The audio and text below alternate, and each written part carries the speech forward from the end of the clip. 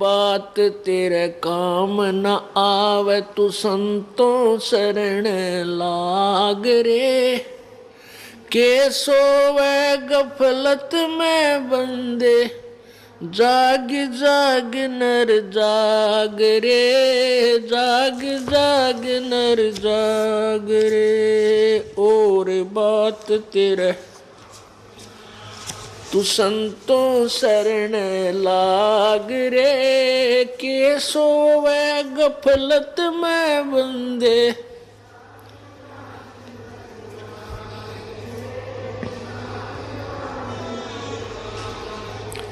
भाई उठ सवेरे ओ काबर लिया, के जाग्या नर भाग रे।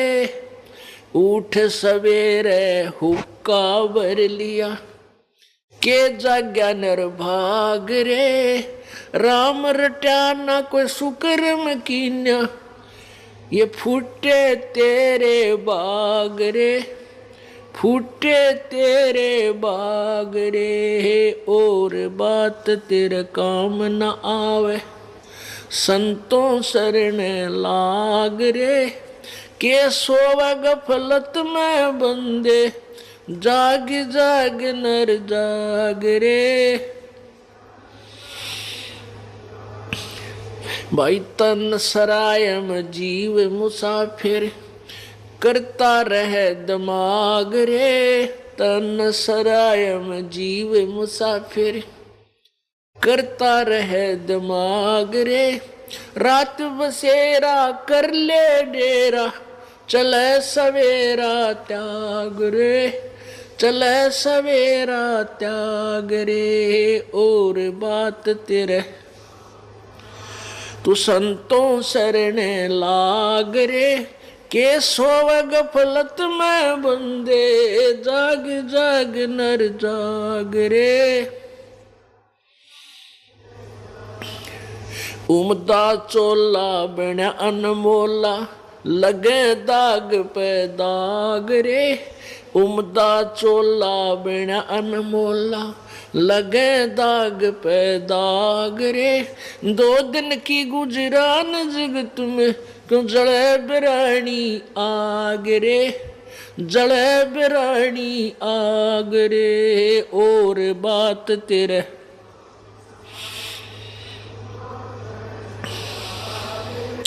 के सोवे गफलत में बंदे, जाग रे, जाग जाग नर जाग रे। कुबद का चढ़ी चढ़री चित पे, तू होया मनुष्य से नाग रे। कुबद का चढ़ी चढ़री चित पे, होया मनुष्य ते नाग रे। सूझे नहीं सजन सुख सागर, बिना प्रेम बैराग रे, बिना प्रेम बैराग रे। और बात तेरे काम न आवे, के सोवे गफलत में बंदे, जाग जाग नर जाग रे। भाई हर सुमरे सो हंस कवावे, कामी करो दी काग रे। हर सुमरे सो हंस कहावे, कामी करो दी काग रे। भौरा ना भर में विष के बन में, चल बेगमपुर बाग रे, चल बेगमपुर बाग रे। और बात तेरे संतों शरण लाग रे। के सोवे गफलत में बंदे, जाग जाग नर जाग रे। भाई शब्द सैन सतगुरु की पछाणी, पाया अटल सुहाग रे। शब्द सैन सतगुरु की पछाणी, पाया अटल सुहाग रे। नितानंद महबूब गुमानी, परगटे पूर्ण बाग रे, परगटे पूर्ण बाग रे। और बात तेरे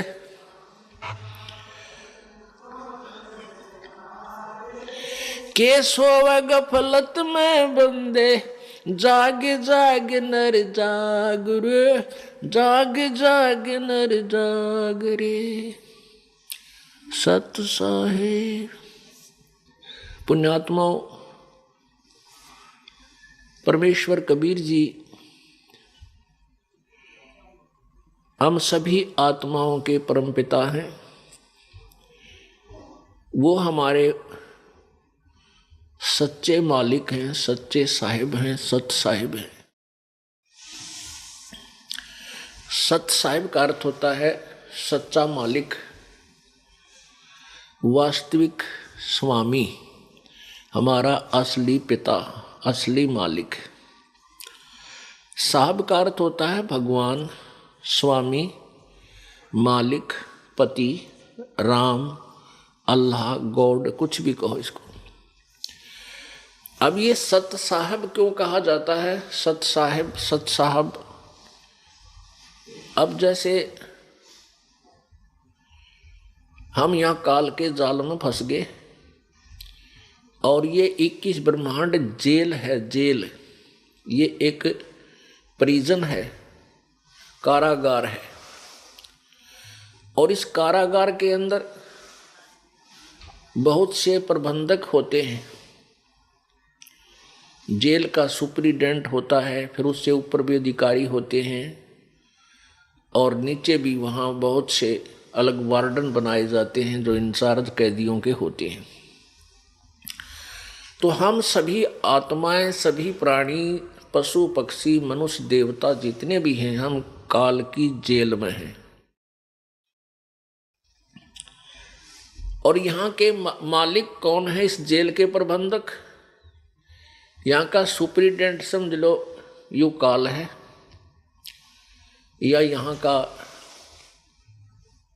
मालिक समझ लो डीजी समझ लो।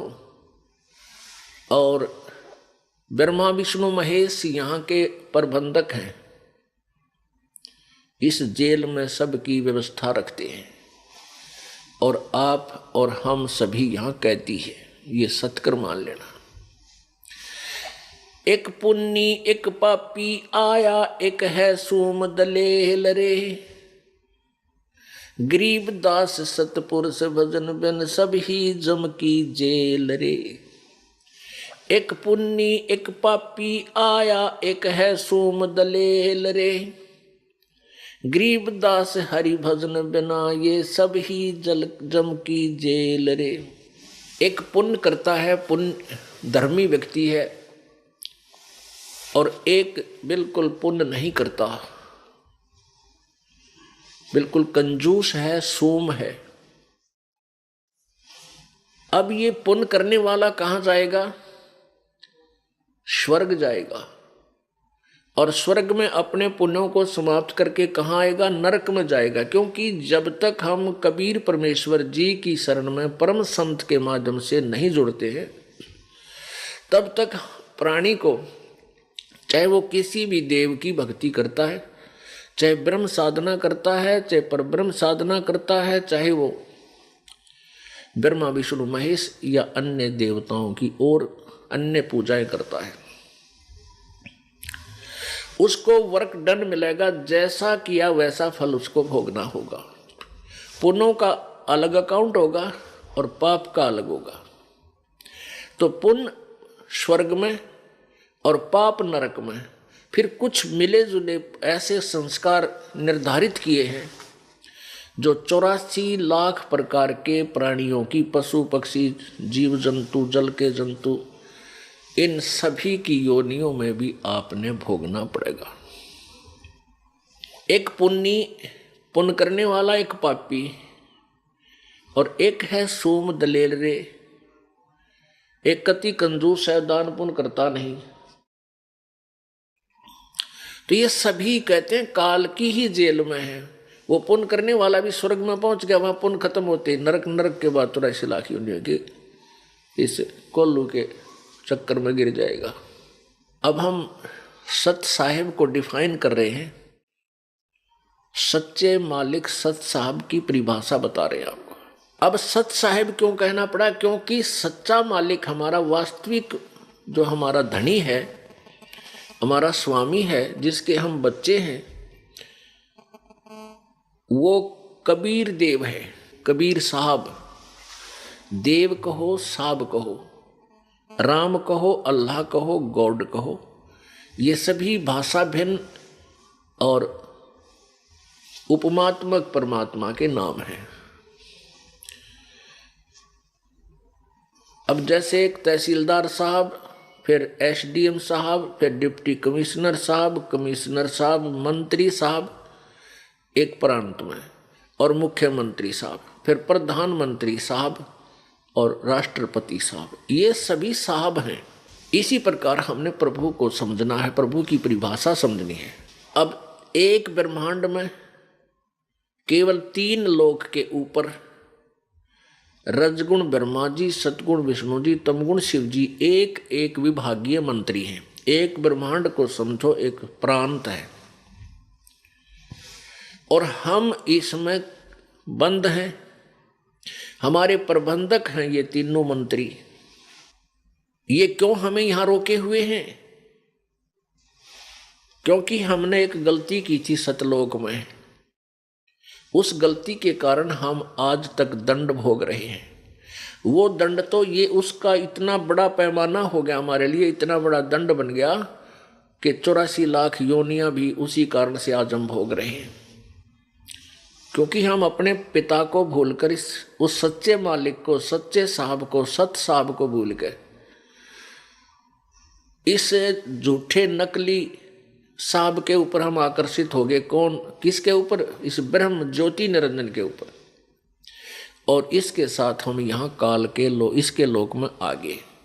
इसको श्राप लगा हुआ है 1 लाख मनुष्य शरीरधारी प्राणियों का के शरीर से जो सूक्ष्म शरीर निकलता है, उस सूक्ष्म शरीर को तपतशिला पर भूनता है। एक तपतशिला है, अपने आप प्रज्वलित रहती है वो, जैसे तवा होता है, तई चूल्हे की तवा, ऐसे वो अपने आप गर्म रहता है ऑटोमेटिकली। उसके ऊपर 1 लाख मानव शरीरधारी प्राणियों के सूक्ष्म शरीर सहित उनको वहां डाल दिया जाता है। और उन्होंने अपने जीवन में, अब देखो, आप देखते हो इंसान बुराई को तुरंत स्वीकार कर लेता है। शराब पीना, मांस खाना, उलां सूंघना, भांग पीना, तम्बाकू, जब किसी तरीके से टेक्निक ढूंढ ली, हुक्का बनाया, फिर पानी डाला और गुरुड़ गुरुड़ है, फिर तम्बाकू कुटे से बुरी तरह उसको गधे भी ना खां तम्बाकू ने, उसने मानस खाने लगे, खावे मनुष्य और पीवे, और शराब, ये सभी, और फिर खट्टे मीठे टेस्ट आहार के लिए, ये सारे मन करवाता है। और मन है ये काल का एजेंट। काल ने अपना एजेंट छोड़ रखा आत्मा के साथ, आत्मा इसके अधीन कर दी इसने।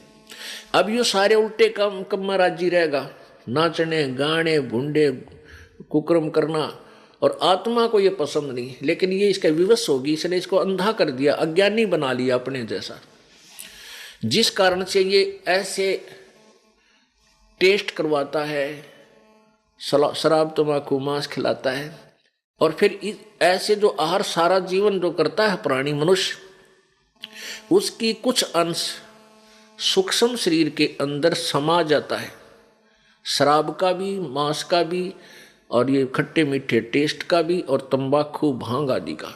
फिर उन सब को इकट्ठा डालता है, उन शरीरों को जिन्होंने मांस आदि खाए हैं या ना खाए हैं, सबको इकट्ठा डाल देता तपतशिला में। फिर सूक्ष्म शरीर में ये प्राणी मरता नहीं, लेकिन पीड़ा इतनी होती है, तौबा बोल जाता वहां तक तपतशिला में, बहुत बुरी तरह चिल्ला चिल्ला कर ये बेहोश हो जाता है। और फिर इतना गर्म किया जाता है, उसके मनुष्य सूक्ष्म शरीर के अंदर से वो गंध निकालता है जो आजीवन उसने ग्रहण किया है। जिन्होंने थोड़े पाप कर, थोड़े व्यसन किए हैं, तम्बाकू शराब या नहीं किए हैं, तो वो उनको कम पीड़ा होती है, ऑटोमेटिक सिस्टम है वहाँ पर, वो शीघ्र वहाँ से उछल जाते हैं। और जिनके अंदर ज़्यादा माल है उनको बहुत देर तक तड़पाता है, बहुत बिल्कुल फाइनल करता है, वहाँ उस गंध ने निकालता है। वो सबसे ज़्यादा कष्ट वहाँ उनको और होता है जो व्यसन करते हैं, और उनसे निकले हुए उस गंध को ये ज्योति निरंजन खाता है, ये काल ब्रह्म खाता है। उसके लिए, अपने स्वार्थ के लिए इसने अपने पुत्रों को भी गुमराह किया हुआ, ब्रह्मा विष्णु महेश को भी। इनको भी नहीं मालूम तुम्हारा पिता कौन है, निराकार है, साकार है। इनको भी धोखा दे रखे है। ये सत्कर मान लेना आप पुण्यात्माओं। इनको खुद ये नहीं मालूम भगवान, किस भगवान की भक्ति करनी चाहिए। ब्रह्मा विष्णु महेश को आप नहीं पता किस इष्ट की पूजा करने से तुम्हारे कल्याण होगा। अब ये बात एकदम खटकती है आप जी के कि हमने तो ब्रह्मा विष्णु महेश जी को अजरो अमर सर्वेश्वर महेश्वर मृत्युंजय कालज्य और सारी सृष्टि के रचनहार सुना था, और आप जी कह रहे हैं कि इनको ज्ञान ही नहीं था। दास नहीं कह रहा, इनका इतिहास बता रहा है। अब दिखाता हूं आपको पुण्यात्माओं। ये जब तक हम इन सदग्रंथों के बार बार रूबरू नहीं होंगे, ये अज्ञान रूपी प्रताप के हृदय से हटे नहीं की। और जब तक ये अज्ञान नहीं हट लेगा, इतना नया रंग नहीं चढ़ सकता। पेंटर क्या करता है, पहले वाले रंग को कती का रेग मार से क्लियर करेगा, उसको साफ करके फिर नया पेंट करेगा, वो बिल्कुल चमक देगा। नहीं तो पुराना रंग नए रंग को टिकने नहीं देता। तो हमारे अंदर ये पुराना रंग इतना भरा हुआ है जिसकी कोई था नहीं, लेकिन परमात्मा का रेग मार भी पूरा 100 नंबर का है, इन पाड़ेगा दर देगा। अब देखिएगा श्रीमद् देवी भागवत, इसी से पता लग जाएगा आपको कि ब्रह्मा विष्णु महेश ज्ञानी थे या अज्ञानी। और ये ऋषि महर्षि भी तत्व ज्ञान परिचित थे या अज्ञानी थे। जिन सदग्रंथों को हम ऑथेंटिक और फाइनल मानते थे पवित्र हिंदू धर्म के अनुयायी, आज उन्हीं से हम पढ़ रहे हैं, उन्हीं में हम देख रहे हैं कि हमारे को गलत मार्गदर्शन किया गया था। हमारे सदग्रंथों को भी सही ढंग से हमारे सामने इन नकली गुरुओं ने पेश नहीं किया, हमारे को गुमराह करके रखा। ये काल के दूत थे, काल के एजेंट थे। इन्होंने हमें यहाँ रोके रखा, सच्चे भगवान तक, सत्साहिब तक नहीं पहुँचने दिया। इन नासवान भगवानों को अविनाशी बताते रहे।